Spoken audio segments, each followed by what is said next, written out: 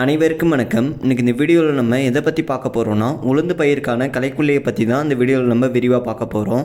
இதில் நம்ம 2 விதமான களைக்கொல்லிகளை பற்றி நம்ம விரிவாக பார்க்க போகிறோம்.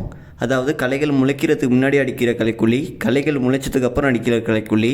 அதாவது நம்ம உளுந்து தெளித்ததுலேருந்து 3 நாளில் பயன்படுத்தக்கூடிய களைக்கொல்லி, அப்படி இல்லாட்டினா 15லேருந்து 20 நாளில் பயன்படுத்தக்கூடிய களைக்கொல்லி.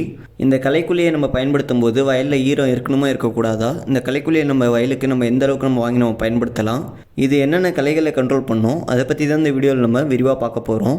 நம்ம சேனலில் விவசாயம் சம்மந்தப்பட்ட வீடியோக்கள் போட்டுக்கிட்டு இருக்கோம். விவசாயம் சம்மந்தப்பட்ட வீடியோக்கள் பார்க்க நம்ம எல்கேஜி விவசாய யூடியூப் சேனலை ஃபாலோ பண்ணாதவங்க ஃபாலோ பண்ணிக்கோங்க. இப்போ அவங்க வீடியோக்குள்ளே போயிடலாம். இப்போ எல்லா இடத்துலையுமே நெல் இப்போ அறுவடை ஆகிட்டு இருக்கு. இந்த நெல் அறுவடை முடிஞ்சதுக்கப்புறம் அதிகமாக இப்போ உளுந்து தான் பயிர் பண்ணுவாங்க. இந்த உளுந்து பயிருங்கிறது ஒரு 70 to 80 நாளில் மகசூல் கொடுக்கக்கூடிய ஒரு பயிர். எனக்கு தெரிஞ்ச வரைக்கும் உளுந்த மானாவரியை தான் அதிகமாக விதைப்பாங்க. அதாவது ஒரு ஏக்கருக்கு 8 கிலோ என்ற அளவில் உளுந்த மானாவரியாக விதைச்சிருவாங்க. நம்ம உளுந்து நடவு பண்ணதுலேருந்து களைகள் முளைக்கிறதுக்கு முன்னாடி பயன்படுத்தக்கூடிய களைக்கொல்லி மற்றும் களைகள் நல்லா முளைத்ததுக்கப்புறம் பயன்படுத்தக்கூடிய களைக்கொல்லின்னு ஒரு 5 களைக்கொல்லி இருக்குது. அந்த 5 களைக்கொல்லிகளை பற்றி இப்போ நம்ம விரிவாக பார்க்கலாம். ஃபஸ்ட்டு நம்ம களைகள் முளைக்கிறதுக்கு முன்னாடி பயன்படுத்தக்கூடிய, அதாவது நம்ம நட்டத்துலேருந்து 3 நாளுக்குள்ளே பயன்படுத்தக்கூடிய களைக்கொல்லியை பற்றி நம்ம விரிவாக பார்க்கலாம். பெண்டிமெத்திலின் 30% EC. இந்த களைக்கொல்லியை நம்ம உளுந்து நடவு நட்டத்துலேருந்து 3 நாளைக்குள்ளே இந்த களைக்கொல்லியை வாங்கி நம்ம பயன்படுத்தலாம். 3 நாளைக்கு மேலே உளுந்துக்கு இந்த களைக்கொல்லியை நம்ம பயன்படுத்தக்கூடாது. ஏன்னா 3 நாளைக்கு மேலே உளுந்து முளைக்க ஆரம்பிச்சிடும். அதுக்கப்புறம் இந்த களைக்கொல்லியை நம்ம பயன்படுத்தினா உளுந்து சாக ஆரம்பிச்சிடும். அதனால் நம்ம நடவு நட்டத்துலேருந்து 0லேருந்து 3 நாளுக்குள்ளே இந்த பெண்டிமெத்திலின் களைக்கொல்லியை வாங்கி நம்ம பயன்படுத்தலாம். இந்த பெண்டிமெத்திலின் களைக்கொல்லியை உளுந்து பயிருக்கு நம்ம எந்த அளவுக்கு வாங்கி நம்ம பயன்படுத்தலாம்னு பார்க்கும்போது, 1 லிட்டர் தண்ணிக்கு 5 ml வரைக்கும் இந்த பெண்டிமெத்திலின் களைக்கொல்லியை வாங்கி நம்ம பயன்படுத்தலாம். அதாவது 10 லிட்டர் தண்ணிக்கு 50 ml வரைக்கும் இந்த பெண்டிமெத்திலின் களைக்கொல்லியை வாங்கி நம்ம பயன்படுத்தலாம். இந்த களைக்கொல்லியை பயன்படுத்தும் போது வயலில் மிதி ஈரம் இருக்கணும். ஈரம் இல்லாமல் இந்த களைக்கொல்லியை பயன்படுத்தாதீங்க. இரண்டாவதாக இப்போ களைகள் முளைத்த பின் பயன்படுத்தக்கூடிய களைக்கொல்லிகள் பற்றி இப்போ நம்ம விரிவாக பார்க்கலாம். இமாசத்தேபியர். இந்த களைக்கொல்லியை அனைத்து விதமான களைகளையுமே நல்லாவே கண்ட்ரோல் பண்ணி கொடுக்கும். கோரை முதற்கொண்டு பழுத்து நல்லாவே உட்காரும், களைகளை நல்லாவே கண்ட்ரோல் பண்ணி கொடுக்கும். இந்த களைக்கொல்லியை பயிர்களுக்கு நம்ம எப்போ பயன்படுத்தலாம்னு பார்க்கும்போது, களைகள் 3லேருந்து 5 இலைகள் இருக்கும்போது இந்த களைக்கொல்லியை வாங்கி நம்ம பயன்படுத்தலாம். அதாவது 15 நாள்லேருந்து 25 நாளுக்குள்ளே இந்த களைக்கொல்லியை வாங்கி உளுந்து பயிருக்கு நம்ம பயன்படுத்தலாம்.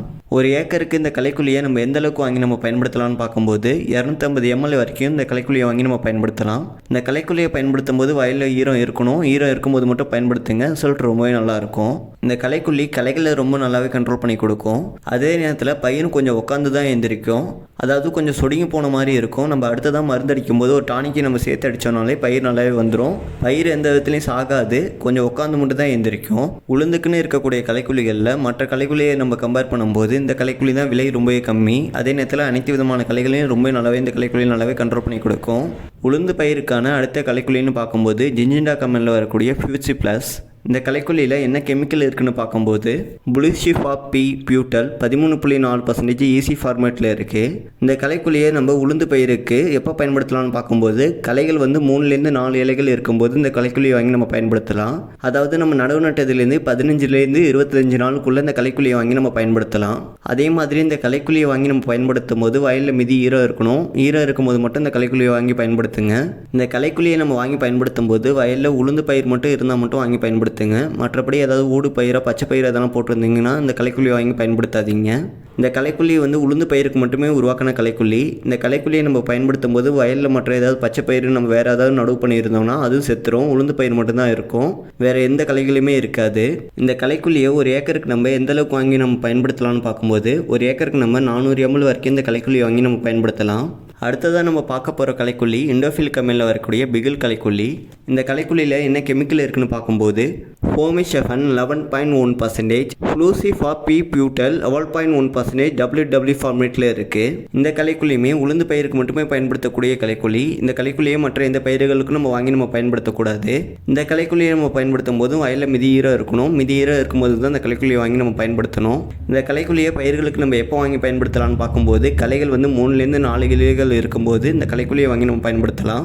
அதாவது நம்ம நடவு நட்டதுலேருந்து 15லேருந்து 25 நாளுக்குள்ளே இந்த களைக்கொல்லியை வாங்கி நம்ம பயன்படுத்தலாம்.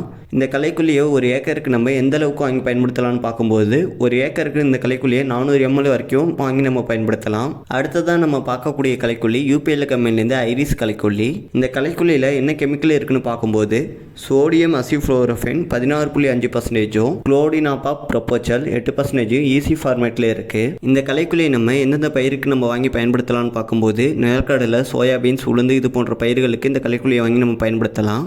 இந்த களைக்கொல்லியை நம்ம எப்போ பயன்படுத்தலாம்னு பார்க்கும்போது களைகள் 3லேருந்து 5 இலைகள் இருக்கும்போது இந்த களைக்கொல்லியை வாங்கி நம்ம பயன்படுத்தலாம். அதாவது நம்ம நடவு நட்டதுலேருந்து 15லேருந்து 25 நாள் வரைக்குமே இந்த களைக்கொல்லியை வாங்கி நம்ம பயன்படுத்தலாம். இந்த களைக்கொல்லியை பயன்படுத்தும் போது வயலில் மீதி ஈரம் இருக்கணும். ஈரம் இருக்கும்போது அந்த களைக்கொல்லியை வாங்கி நம்ம பயன்படுத்தணும். இந்த களைக்கொல்லியோட அளவுன்னு பார்க்கும்போது எப்போதும் போல தான் ஒரு ஏக்கருக்கு 400 ml வரைக்கும் இந்த களைக்கொல்லியை வாங்கி நம்ம பயன்படுத்தலாம். அதாவது 10 லிட்டர் தண்ணிக்கு 40 ml வரைக்கும் இந்த களைக்கொல்லியை வாங்கி நம்ம பயன்படுத்தலாம். இப்போ இந்த வீடியோவில் உளுந்து பயிருக்கான 5 களைக்கொல்லிகளை பற்றி நான் விரிவாக அளிக்கிறப்ப நம்புகிறேன். முதல்ல சொன்ன பெண்டிமெத்திலின் களைக்கொல்லி நம்ம நடவு நட்டதுலேருந்து 0 to 3 நாளுக்குள்ளே அந்த களைக்கொல்லி வாங்கி நம்ம பயன்படுத்தணும். அதுக்கு மேலே அந்த களைக்கொல்லி வாங்கி பயன்படுத்தக்கூடாது. அதுக்கப்புறம் சொன்ன 4 களைக்கொல்லிகளும் களைகள் முளைத்த பின் பயன்படுத்தக்கூடிய களைக்கொல்லி. அதாவது களைகள் 3லேருந்து 5 இலைகள் இருக்கும்போது இந்த களைக்கொல்லிகளை வாங்கி நம்ம பயன்படுத்தலாம். களைகள் நல்லாவே கண்ட்ரோல் பண்ணி கொடுக்கும். இந்த வீடியோவில் வேறு ஏதாவது சந்தேகங்கள் இருந்துச்சுன்னா கமெண்ட் பாக்ஸில் கமெண்ட் பண்ணுங்கள். இந்த வீடியோ பிடிச்சிருந்துச்சுன்னா லைக் பண்ணுங்கள், ஷேர் பண்ணுங்கள், கமெண்ட் பாக்ஸில் கமெண்ட் பண்ணுங்கள். இது போன்ற யூஸ்ஃபுல்லான வீடியோ பார்க்க நம்ம LKG விவசாயி யூடியூப் சேனலை ஃபாலோ பண்ணாதவங்க ஃபாலோ பண்ணிக்கோங்க. நன்றி, வணக்கம்.